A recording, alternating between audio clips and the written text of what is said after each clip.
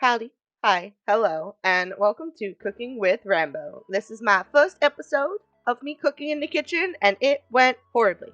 Not because the dish was horrible, though, because my technology just was not cooperating with me, and I had originally tried and gotten 3 different camera angles of this, but it did not go very well. So you're getting 2 very lagged out camera views, and hopefully next week's video will be a lot smoother for y'all. This week we are making stir fry. As you can see on the screen, I've got all of the ingredients laid out for you. So we've got the beef chunks, which I got on clearance. We've got some jasmine rice, which I also got on clearance. Some broccoli florets. I completely forgot to buy soy sauce, so we are using the soy sauce packets left over from Chinese food. Some fresh bell peppers in all kinds of colors, a onion for me to chop up, as well as a garlic, and then of course you can see some green onion off onto the side of the meat before topping it later on. And then I also have some Worcestershire sauce as well as some sesame oil that I use to stir fry everything up in. So we're going to do our best to try and get through this. It is a little bit of a lengthy video because I do also meal prep some breakfast at the end of it, but just bear with me while we work through these very laggy times.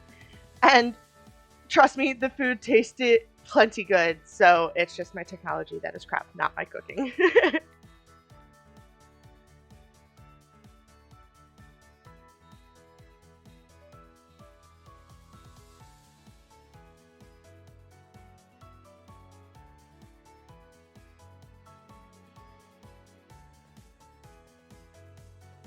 As you can see here, I started clearing everything away off the counter. That way I would have space to work and prep and do all of my chippy chopping.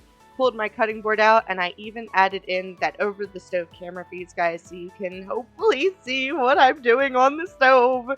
But again, it was super duper lagged out, so you'll see as I'm starting to cut up this onion and as I start to finish cutting up the onion and throw it into the pan, that it is so incredibly lagged behind, and there's actually going to be a couple points in the video that it just stops working altogether, and I have to take a break from cooking to go over to my laptop and refresh the camera because otherwise it's going to appear green on your screen. So the first step in making my stir fry is I am taking that sweet yellow onion, I am cutting it up, and I am peeling off that layer of skin. That way we're not getting all of that dirty, crunchy part on the outside. And then I am going to cut into it so that it's cut into half so it sits flat on my cutting board. And then from there, I am going to very, very carefully and very, very slowly, because I am not using the proper knife that I normally use for this. Please make sure you are being careful of your fingers when cutting up vegetables. I'm cutting it so that it's in slithers. I want it so that it's going to end up matching the shape of my peppers. And I believe the correct term is to julienne them, but I could be completely wrong on that because I am not a professional chef. I cooked for an army when I was growing up, and I continue to cook for an army, and it comes to use because I can meal prep for my lunches for the week. So, it's all good. We take what we learn and we just keep going with it. Once I finish cutting up all of that onion, I will eventually move on to cutting up the peppers, and I will tune back in with you guys once our video finally gets to that step.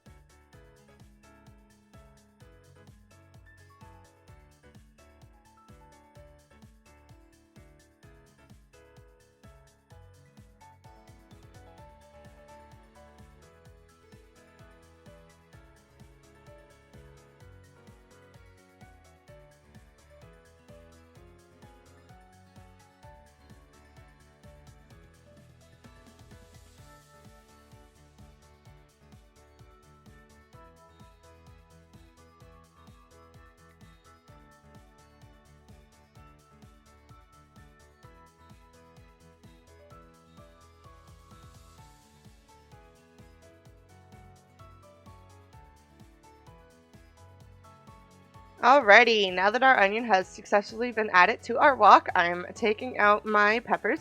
You can see I kind of fumbled around with the idea of starting with the garlic for a second there, and I was like, no, the garlic's really for the sauce. I don't need to touch it just yet. So, first things first, make sure you pull all of those produce stickers off of your produce. You don't want to end up with them in your food. And then what you're going to see me do is I'm actually going to cut the tops off of the peppers. Again, very carefully, watch your fingers. It's okay if you cut too much off of the tops. You don't have to worry about it. If you do cut too little though, you won't be able to do what I'm doing here, where I am cutting around the sides of the pepper. That way those seeds easily pull out. Now, I do, of course, shake it over the trash can just to finish getting rid of any of the extra loose seeds that fell off while I was cutting it out from the center. But it is a quick and easy way to get the bulk majority of those seeds out of the pepper. That way you don't have to worry about them later. And then I'm going to go ahead and pop the stems out of the tops as well. I will not be using the tops of the peppers in my stir fry today because I am going to be using them in the breakfast prep that we are doing afterwards. But if you notice here, I cut a little bit too short, and so there's a lot that's left inside, and it's a little hard for that knife to slide it inside. It does still get in there and do the job just fine, but it would have been a little bit easier and a little less messy if I had cut just a little bit lower down on the pepper. So you'll get the feel for it as you cook more. I'm just setting these off to the side up at the top. That way I can finish cutting the tops off of all of the peppers at once. And then what I'm going to end up doing is going back to each of the individual peppers, cutting them into either halves or thirds. Usually it's best to do it on the lines of the peppers, but again, you'll get the feel for it as you cook more.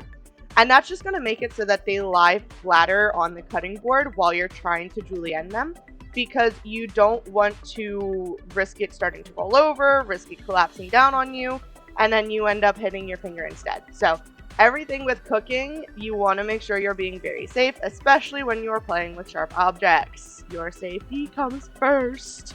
We are here for your health and giving you delicious food. You don't want to accidentally cut off your finger in the process.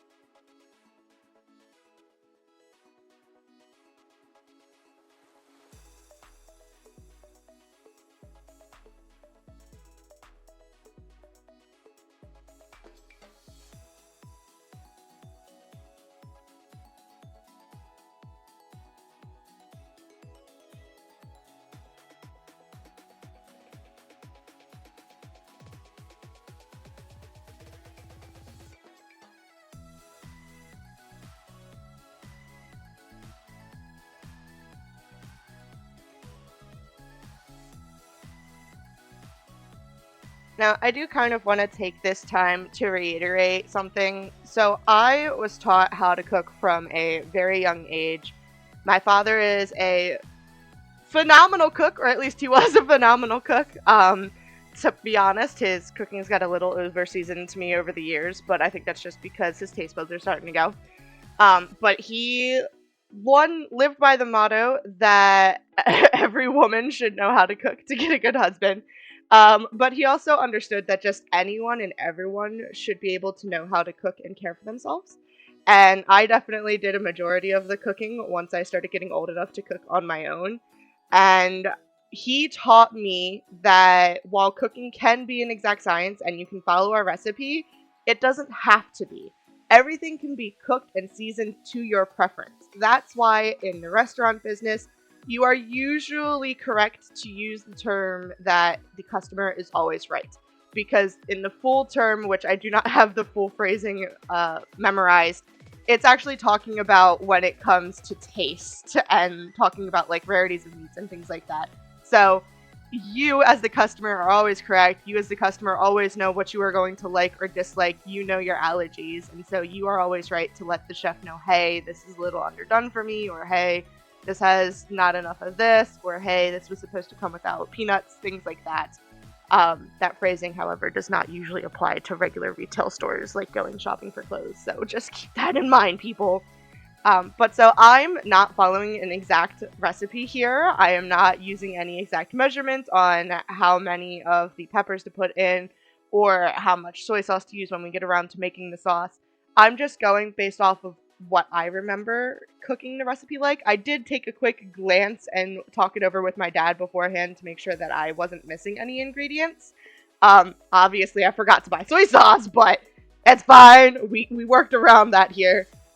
So you just need to kind of go with the flow. If this is your first time making stir fry, definitely look at a recipe first and follow that recipe to begin with and see what it tastes like to make it the correct way. But then slowly, as you cook it more and more, you'll start to realize you don't really need that recipe in front of you. I'm sure a lot of you have seen somebody in your life cook before, and it's probably been very rare that they've actually had a recipe in front of you.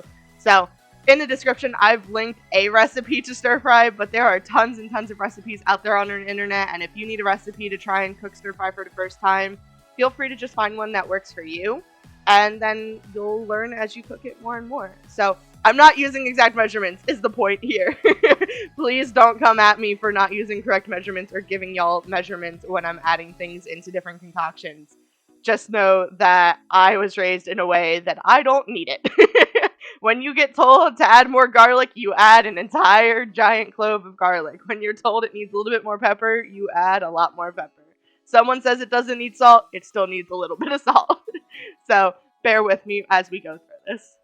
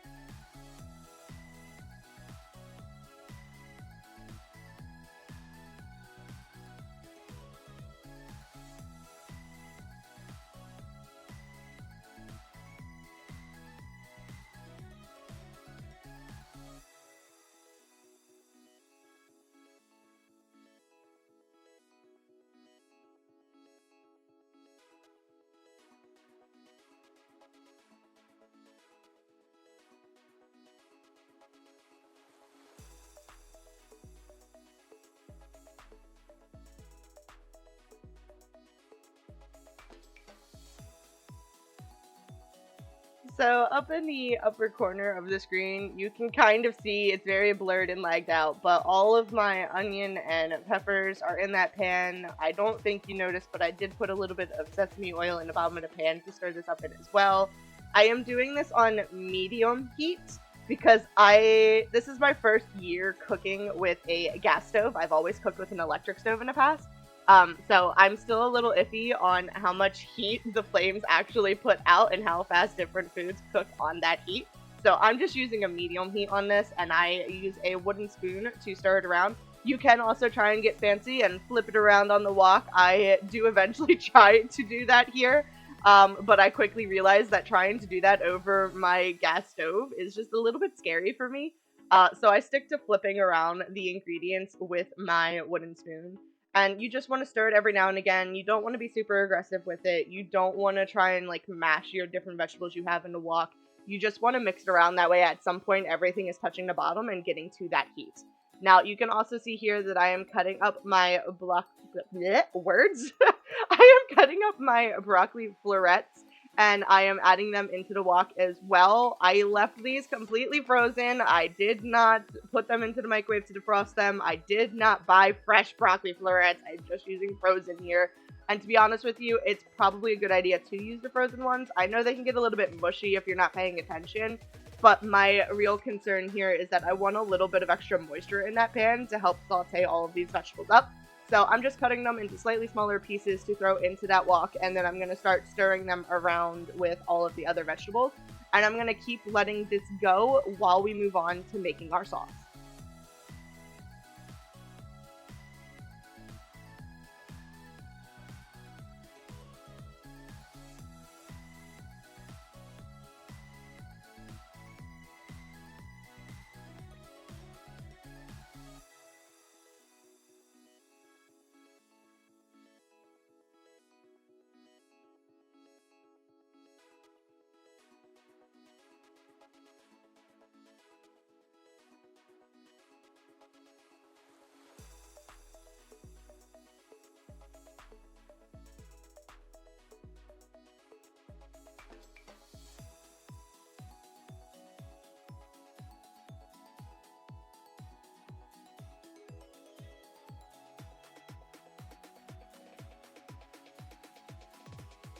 Okay, I lied. We're not moving on to the sauce just yet. We're actually going to move on to my beef cubes, because while you could use them at the size they are at, I know for a fact that these probably aren't very uniform in size, and I know that I'm going to want them cut up just a little bit smaller. That way they're easier to use for meal prep purposes.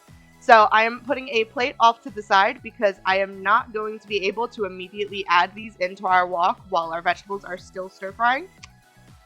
Hence the name stir fry. So I'm putting a plate off to the side to pile up all of the meat onto, and yes, I am going to be using all 3 pounds of this beef because, as the title screen may have implied, I cook for an army.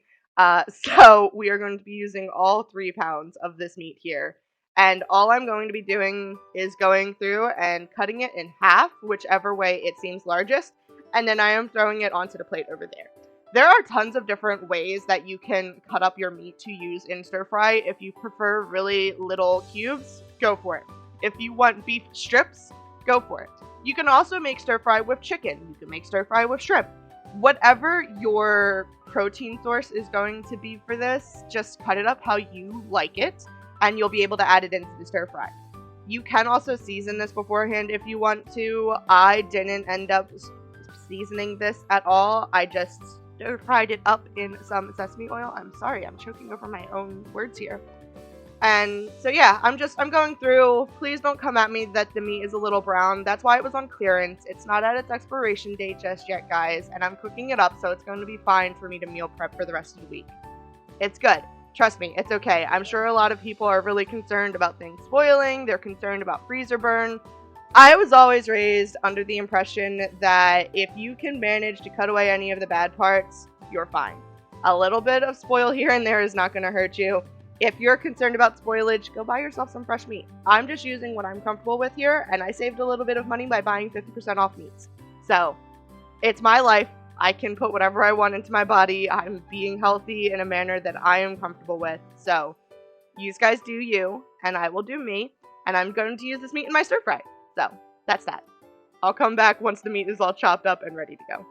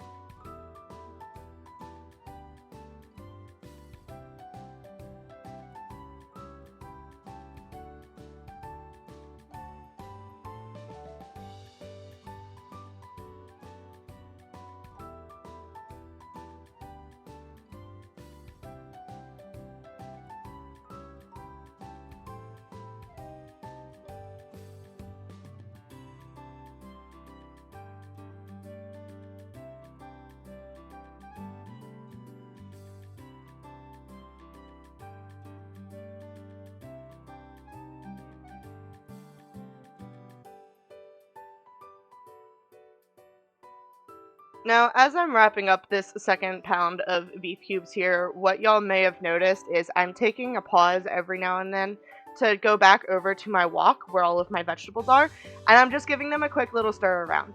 Because I've got it on medium heat and the flames aren't coming up the sides of the wok, it is perfectly fine for me to leave my wooden spoon sitting on top of the wok like it is. So I don't have to worry about it touching the counter and getting dirty from that, although yes, I fully established that I touched the counter with a wooden spoon earlier. Trust me, I cleaned everything before we did this. It's fine, guys, it's fine. And I'm stirring it around because, again, I don't want to leave any one of the vegetables touching the bottom of the pan for too long. I don't want them to get really soggy. I don't want them to get really dried out. I want to make sure that I'm continuously stirring it. That way the vegetables are completely getting sauteed up and well mixed.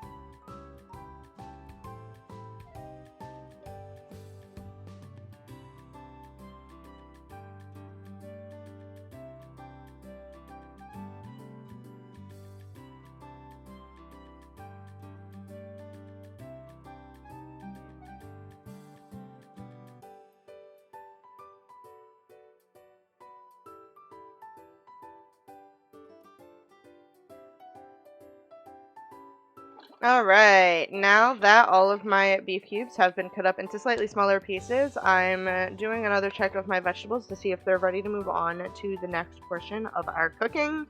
If memory serves me correctly, I decided they're not quite ready just yet, so what I'm going to do instead is I'm going to move on over to starting my jasmine rice.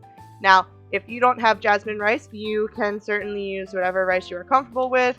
I know up here in the Northeast we have H Marts where I can easily buy jasmine rice. This jasmine rice in particular was actually from Walmart though, so you should be able to go to your local Walmart and get just a little bag of jasmine rice.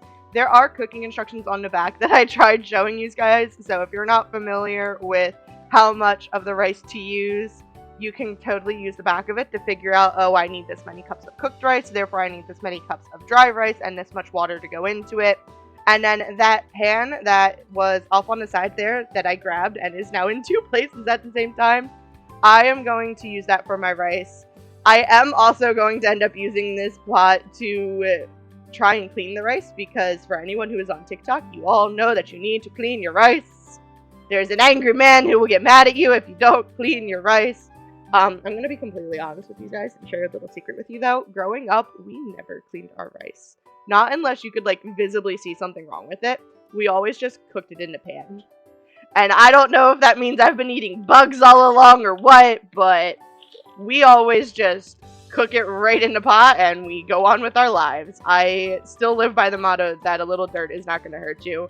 I think that having a little dirt and a little bit of bugs in your life is actually going to keep you healthier, so. But for your sake, I cleaned the rice here. I don't need anyone coming for me that I didn't clean the rice. So I'm going to come over here, and I don't know why I grabbed the measuring cup at first, because I just filled the pot with some water, moved it around with my hand to go ahead and make sure all of the granules of rice are getting exposed to the water. And then I'm going to start pouring it out. And then after I clean the rice, then I'm going to use the measuring cup to measure the rice here. And I put it on the stove and I let it go at it. I leave the lid on it if I remember correctly, and it cooks itself based on the instructions, okay? I do stir it every now and again because I don't want it sticking to the bottom of the pot. If you have a rice cooker, you could always just make this in a rice cooker as well, in which case you do not need to open it and stir it. You can just let it go, and then when it is completely finished, open it and stir it. But I don't have a rice cooker here in my apartment, so I have to use my pot to make my rice.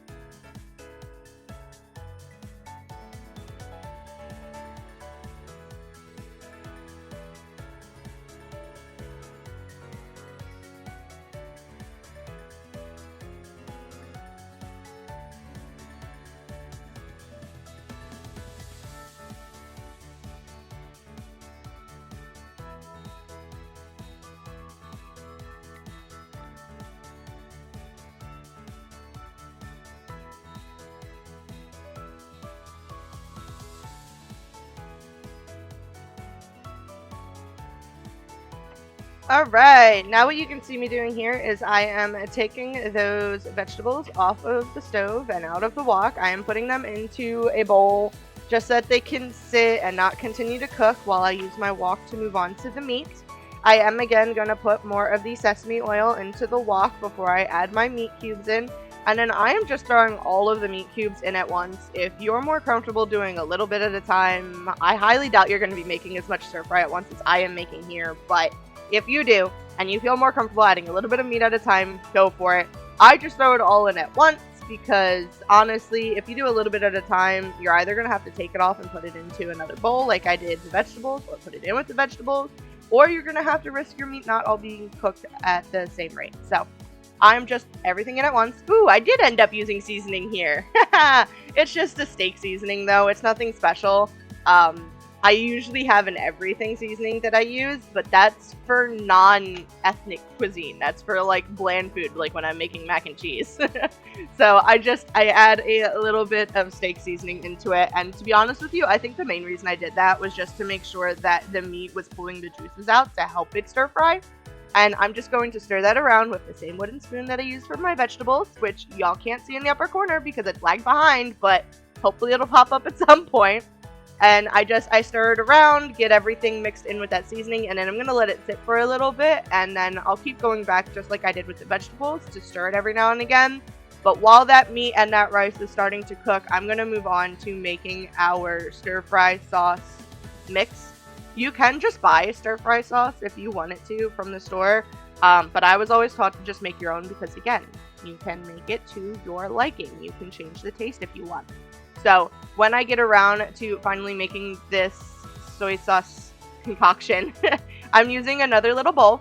I am going to empty every single one of these packets I have here. I started by doing just one, but then I realized that this is going to take forever if I cut them open one at a time.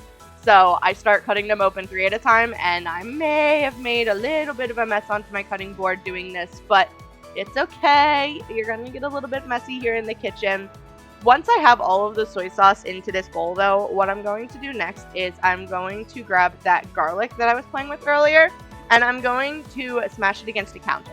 Now, I was taught that the easiest way to peel a clove of garlic was to take it, put the pointy side, which is the part that ends up popping out of the ground, put that down on a counter, and then with the palm of your hand, you're going to smash into the back of that garlic. What this is going to do is it's going to apply force, and it's going to kind of crush the cloves of garlic just a little bit. You're going to pop open a lot of the seams of the skin, and it's going to make it a lot easier to rip all of that off and have nice clean cloves of garlic. God, I can't speak today. I'm so sorry. And then I end up using a grater. Please make sure if you're using a grater that you are very, very careful not to grate your own fingers. It's okay if you get down to having a little bit of the garlic not actually grate it and into the recipe, okay? Your fingers are more important. Don't be grating your skin into the garlic. While a little bit of skin never hurt anybody, you don't want to have to deal with that pain on your fingers, guys. And then once I get that clove of garlic mixed into there, I do end up adding a little bit of Worcestershire sauce. Now, the reason I use the Worcestershire sauce is so that I can get a little bit of sweetness to my stir-fry sauce. Traditionally, you would actually be using brown sugar, but I did not have brown sugar in my kitchen. So Worcestershire sauce is a good substitute. It has the relatively same consistency as soy sauce, and there's a lot of people who actually will substitute Worcestershire sauce for soy sauce in recipes. You just have to dilute it a 1-3 because Worcestershire sauce does in fact have a higher sugar content than soy sauce does. So I add a little bit of that in to give it just a little bit of sweetness, and it also gives me just a little bit more volume to my stir-fry sauce. That way when I add it to my wok, it's enough to help cover all of my meat and my vegetables and everything all at once. So that's all I'm doing here. Again, there's no exact measurements. If you use a recipe, there's going to be exact measurements, but I'm just winging it and going by my personal preference and taste. So I will check back in with these guys once our sauce is made and we are putting all of our ingredients together.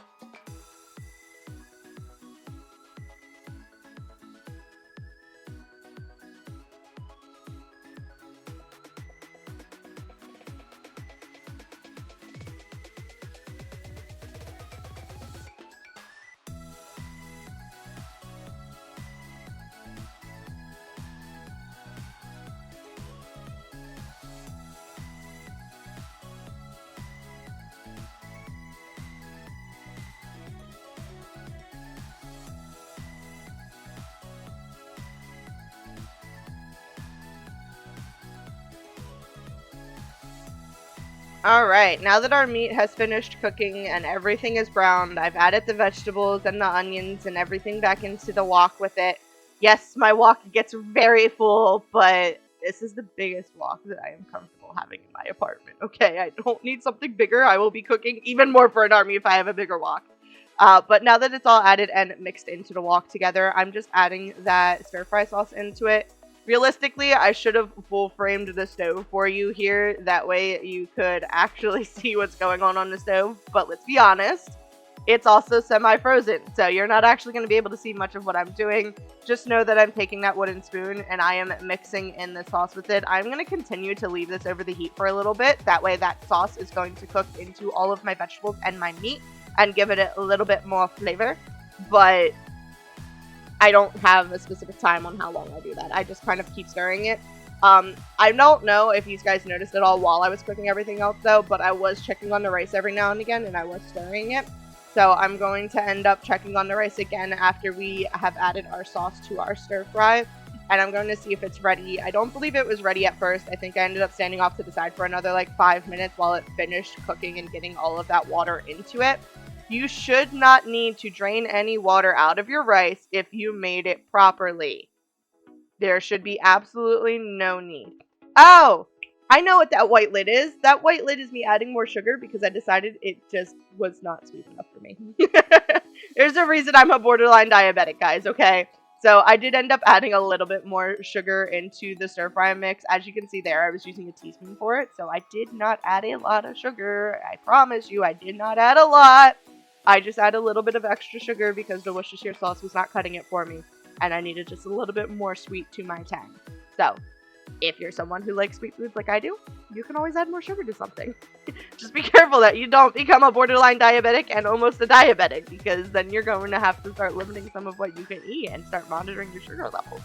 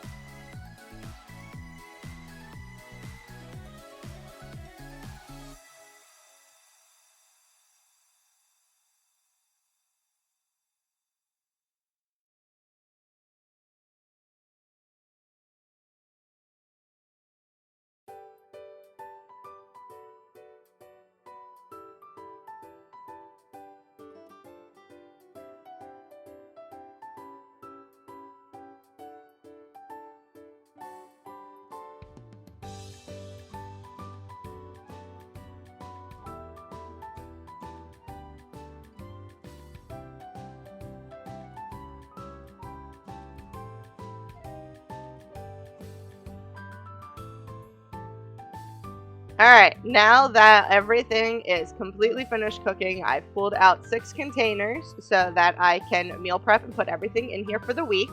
I'm going to start by putting the rice into the container, and it should only be about 1 wooden spoon. I think I may have used a bigger than wooden spoon though.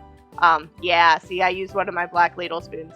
And I'm just going to push that off to the side in here because I know if I just covered the bottom and then put the stir fry on top, that my rice is going to get very soaked and it's going to absorb all of that sauce, which isn't necessarily a bad thing. It's just not what I wanted. So I'm making sure I'm pulling all of my rice off to the side here. I believe I did end up using 3 cups of rice. These guys could correct me in the comments if I'm wrong, as you should have seen how many I counted out. But that should be enough for me to make 6 servings. I did end up using a little bit of the extra rice to make myself like a tester plate at the end, which I will show you guys what this wonderful dish looked like. But if you want a little bit more rice, you can totally add a little bit more rice. If you don't want rice at all, you could definitely just eat the stir fry as just a stir fry. You don't need to have it over a starch. You can eat just that protein and that vegetables there. You don't need to add a starch to the mix if you really don't want to. But I did want a little bit more substance because I know that I am not going to be okay just eating stir fry. So I divvied that up into 6 containers and I put a little bit onto a little plate for me. Or actually, I'm going to put the little bit onto a little plate later. But now I'm going into the stir fry and I'm giving it another mix around to make sure that that sauce is completely coating all of my vegetables and my beef. And then I'm going to be using another little ladle and I'm going to be putting some of that stir fry into these containers with it.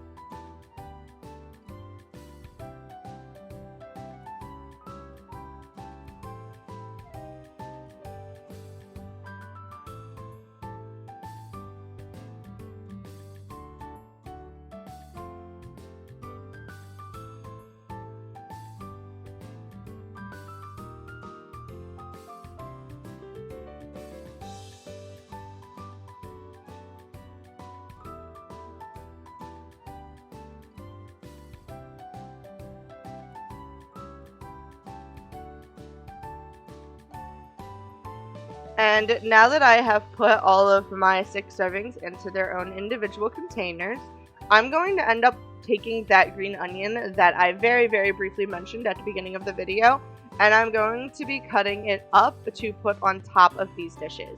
It's just a little bit of a garnish. If you don't like green onion or you don't have green onion, it's okay. You don't need to put it on top. It's just a nice little garnish to add a little bit extra flair to your dish. I don't know what flavor it actually adds, but I put it on, okay, guys? I put it on. You don't have to. I chose to put it on. You can also see here that I'm spooning a little bit of the extra stir-fry sauce into the containers. This is so that when I heat it up at work, it's not getting completely dried out. There's a little bit of extra sauce there to keep everything just really nice and moist. I know you guys don't like that word, but I want it to be a little moist.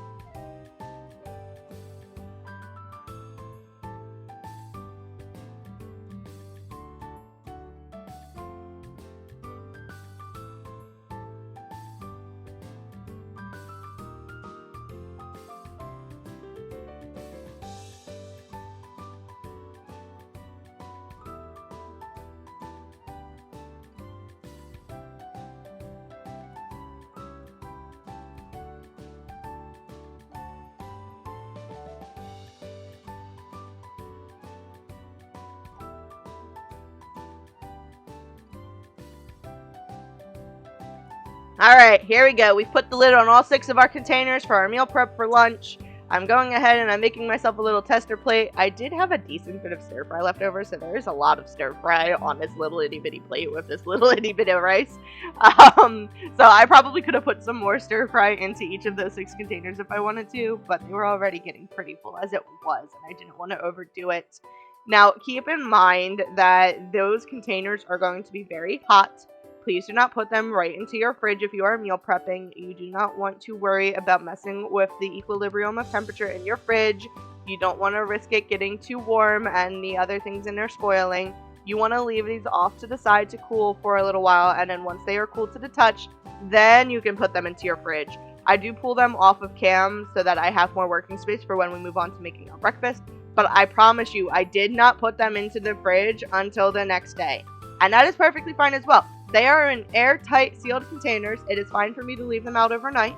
I know some people think that's disgusting and that the food is going bad, but it is completely sealed and covered. You can put leftovers away the next day. It's fine, guys. I am here. It's been 2 weeks since I ate this and made this. It's fine. I'm alive. I did not get sick, okay? Thank you. But here is our cute little plate of a stir fry that I made. And I'm going to top my little eating plate with some of the green onion as well. Again, personal preference. You don't have to put this on if you don't want to. But look how pretty this ends up looking, guys.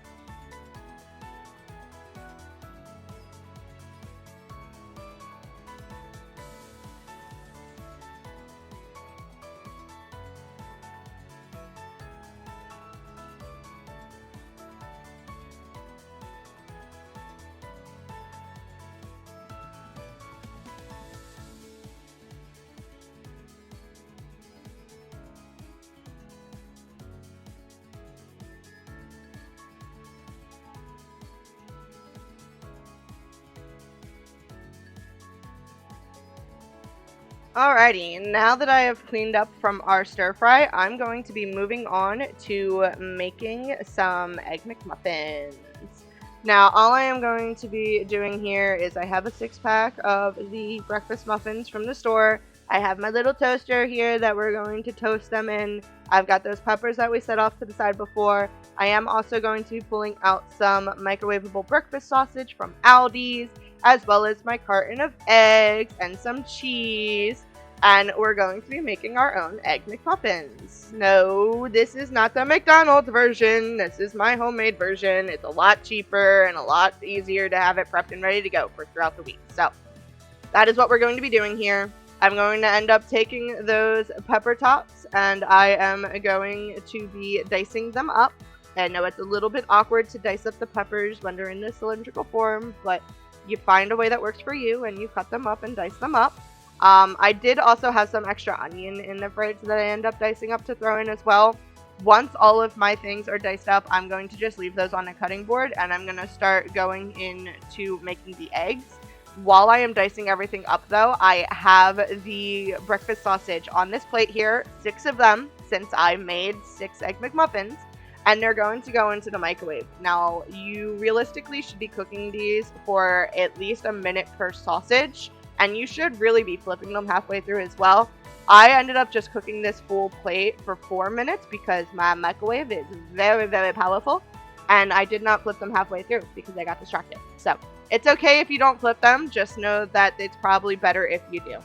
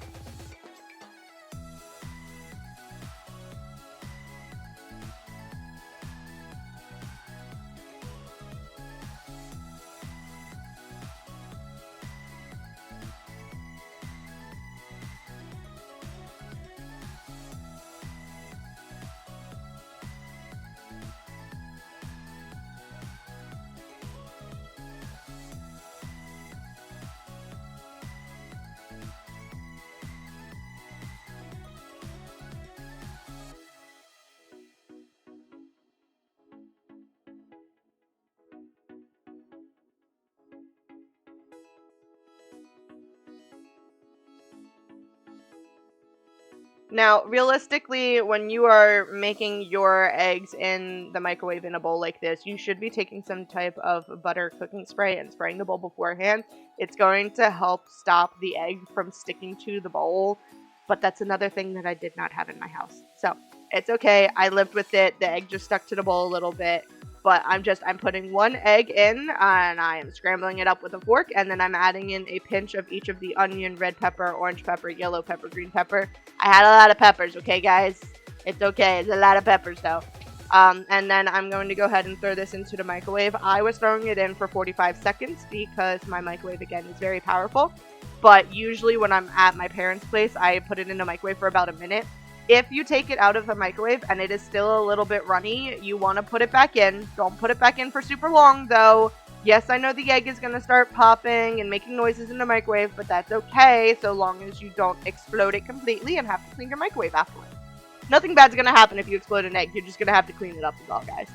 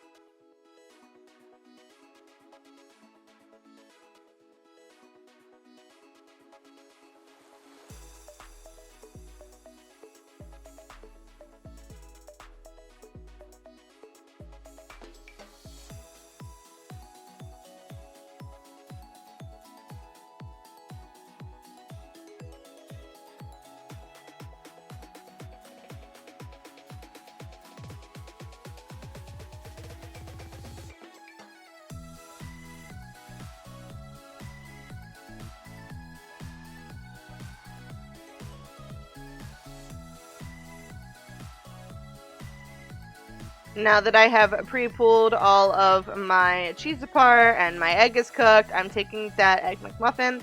I'm putting some ketchup onto it. I was putting a piece of cheese, a sausage, another piece of cheese, an egg, and then another piece of cheese if I remember correctly.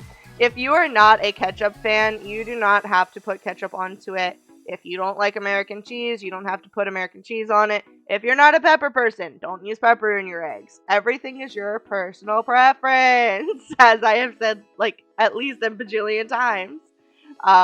If you don't like just plain egg McMuffins, you can go ahead and you could get like the cinnamon raisin muffins, although I don't know why you would. And you can mix it to your preference. See what you like, see what you're comfortable with.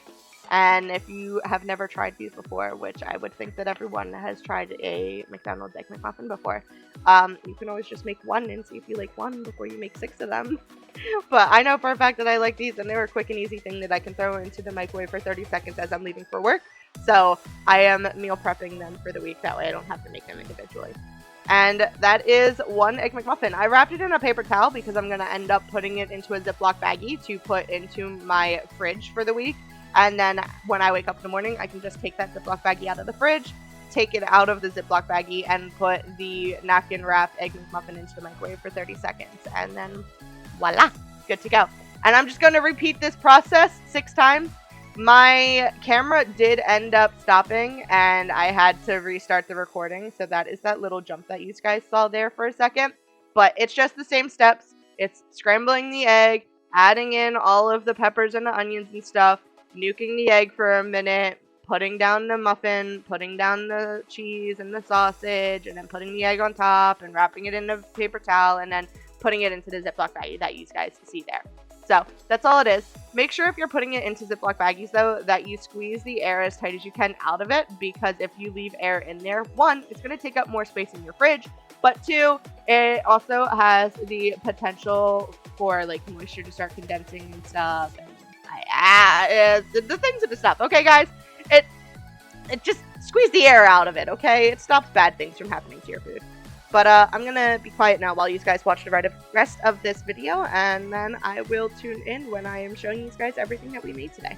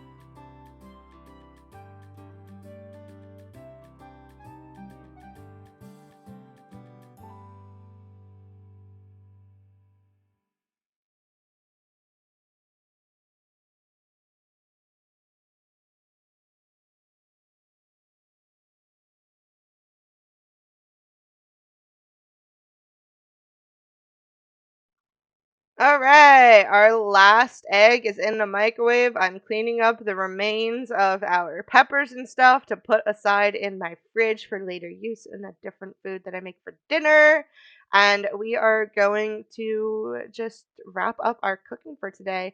I hope this was semi helpful for you guys. I know that, again, the video quality was very laggy and it's a learning process for me, okay? This is my first time trying to do any form of recording other than sitting at my computer desk doing my game streams.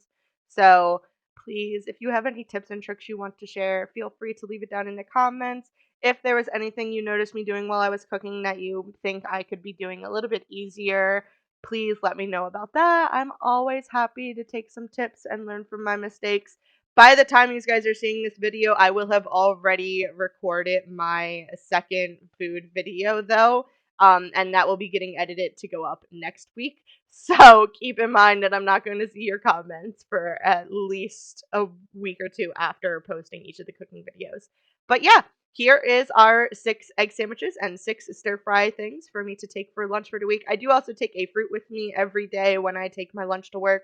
But that is it for my meal prep. I am all good to go for the week now, and I hope you guys enjoyed.